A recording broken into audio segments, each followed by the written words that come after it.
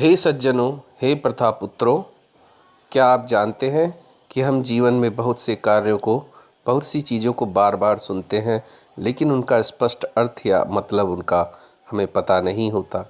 जैसे कि हम बचपन से ही जाने कब से बहुत से लोग पूजन आरती आदि श्लोक इत्यादियों को पढ़ते, सुनते, मंत्रों को बोलते आ रहे हैं, किंतु उनका यथार्थ अर्थ उन्हें नहीं पता।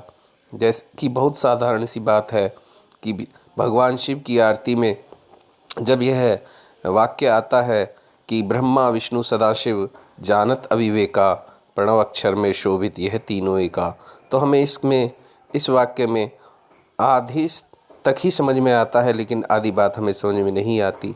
क्यों नहीं आती? क्योंकि हमें उस एक दो शब्द का अर्थ नहीं पता होता, जिसके कारण हमारा पूरे वाक्य का भाव ही भंग हो जाता है। तो इस वाक्य का अर्थ मैं आपको बताने जा रहा हूँ।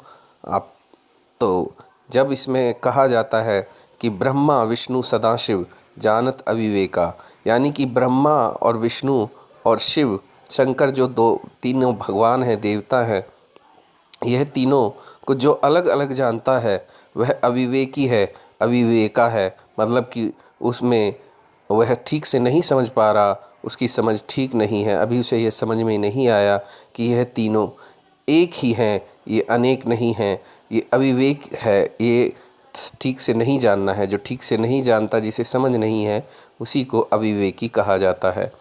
तो इसमें अगर और स्पष्ट तौर पर समझा जाए तो ओम प्रणव अक्षर जो है, जिसको ओमकार कहते हैं, ओम को ही प्रणव अक्षर कहा जाता है। तो ओम में जो पहला स्वर आता है अकार, उसका मतलब होता है सृजन, सृजन मत करने वाले मतलब ब्रह्मा। और दूसरा मतलब जो आता है उकार, उसका मतलब होता है पालन, पालन करने वाले भगवान विष्णु हैं। और तीसरा स्वर जो आता है उकार, वो मकार, तो मकार का मतलब होता है विसर्जन, और विसर्जन करने वाले भगवान शंकर हैं। तो इस प्रकार ओम में ही ये तीनों देवता, तीनों चीज़ें सृजन पालन विसर्जन ये हो जाती हैं। इसलिए प्रणव अक्षर में शोभित यह तीनों एका उस वाक्य में कहा गया है।